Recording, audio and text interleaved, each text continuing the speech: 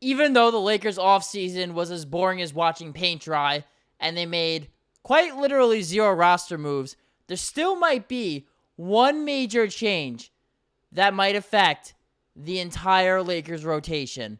Welcome to Lakers Digest. My name is Hunter Pitcoff, where we cover everything surrounding your Los Angeles Lakers. And based on the title of today's video, we will be talking about Max Christie and the plan that the Lakers have been leaking out and revealing about his future and his role for this upcoming season. So if you haven't already, please be sure to subscribe right now. Join the family. We'll take anybody that wants to be here. If you love the Los Angeles Lakers, you rep the purple and gold, this is definitely the place to be, as we are going to give you all the content, every single angle you need to get excited for this upcoming season for your Los Angeles Lakers. But talking about Max Christie here, right? He is like the secret that the Lakers have just not wanted to bring up. It's like hiding a girlfriend or a boyfriend. You're afraid to introduce them to your parents or something like that. That's what Max Christie has been. He has been this prized possession. Especially Laker fans have wanted to see him play more than he has during his first 2 seasons. And unfortunately, due to changing coaching and lack of opportunities and maybe even his youth, he hasn't been able to see the floor as much as we like. But there's a good chance that that's going to change this year, especially according to this report right here from Brian Windhorst. He's a very well-respected ESPN reporter, in case you didn't know. He said today, quote, the big signing for the Lakers was Max Christie, and that they signed him to that contract, which again, 4 years, $32 million. Max Christie signed this offseason to stay with the Lakers.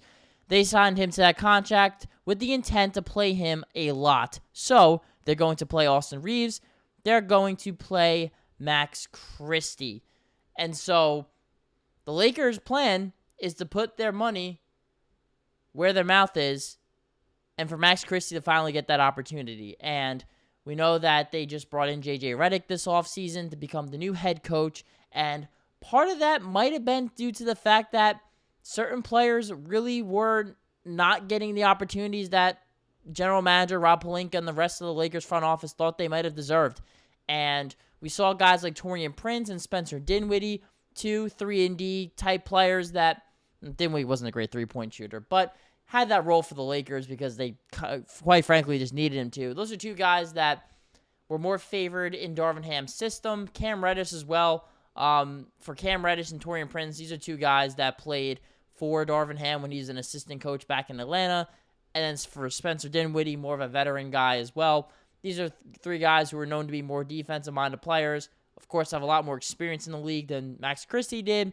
And so Darvin Ham opted to go more for a veteran type of player to play over Max Christie. And I guess they are caught between a rock and a hard place, the Los Angeles Lakers, because they were competing last year for a championship, although they lost in the first round. But, of course, you want a young rising player like Max Christie, who you drafted in the second round back in 2022, to develop into that guy. And with no more Taurean Prince and no more Spencer Dinwiddie, that opens up 2 rotation, significant amount of minutes that Max Christie can ultimately take up, which I think for the Lakers would be a massive win for them. And so when you look at Max Christie last year, one game in particular that really stood out to me, it was the only game that Max Christie played more than 30 minutes in all season long. Went up against Donovan Mitchell, held him to 4 of 18 from the field, which, of course, is awesome. And to give some context, too, here, Taurean Prince playing 30-plus minutes in 31 games this past season. So Max Christie, that's the opportunities that he can potentially have with the Los Angeles Lakers here because, like we said, those opportunities were far and few between last year. And when you really look at the raw numbers for Max Christie here, excuse me as I go through these graphics, they're not impressive, right? 4 points a game, 2 rebounds. I mean, the 3-point percentage is not bad, although I think he actually can shoot better. Definitely more of a spot-up shooter, as, you know, damn near all of his 3-point shots were assisted. Nearly half of his shots were threes, and 45% of his shots were corner threes. But when you look at the Lakers and what this team needs offensively, That's what they need. They need a guy who can shoot the ball.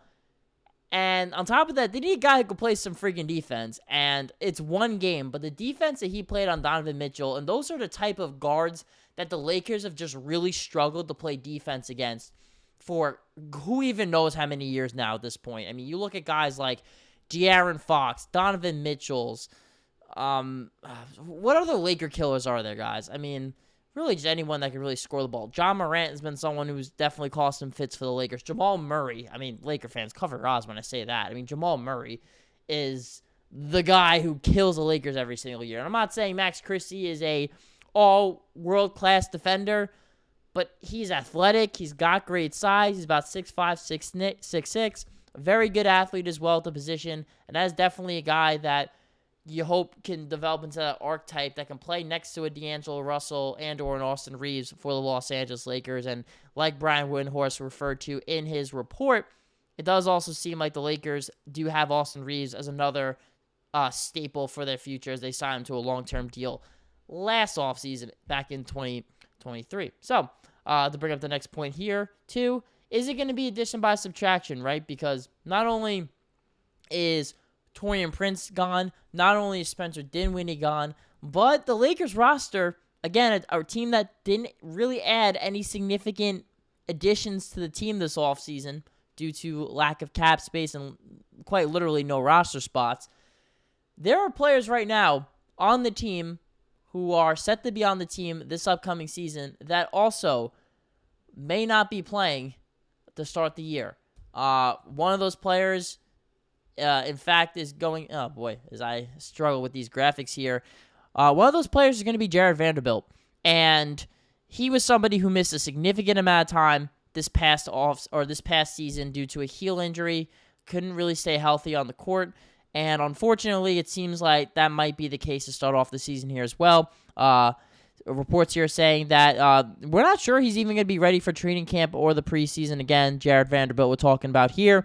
He opted to not have a procedure in season when he got hurt in February. And then after that, just a completely different story. So, again, that is a very key player for the Lakers. One who plays great defense for the Lakers. A hustle guy. Not the same type of player as Max Christie, but he's the best perimeter defender that the Lakers have. So if they're missing him as well, no Taurean Prince, no Spencer Dinwiddie, three of the more reliable perimeter defensive players the Lakers had last year, well, by default, Max Christie is going to have to play. They signed him to the big contract. We're assuming he's hopefully getting better and continuing to work on his game. And now he's going to have that opportunity. And I guess the more important question here for the Lakers, is he even ready for this? This is year 3. He was a second-round draft pick. We haven't seen a whole lot of production. So now the Lakers are really paying him and potentially playing him based on his upside rather than what he's already proven in this league. If you're asking me, the Lakers have a great track record of developing guys, especially late first round, second round, hell, even undrafted players like Austin Reaves or even an Alex Caruso. They have a history of scouting these guys out, finding what they need, and ultimately having them eventually develop into really reliable players for this team. Now, there was a history where the Lakers kept trading away these guys, and they ended up being successful somewhere else, but the Lakers have proven that they are fully committed to Max Christie. This is someone that they kept refusing to trade, and all these trade rumors, you really very rarely ever heard Max Christie's name get brought up. And it's because they believe in him.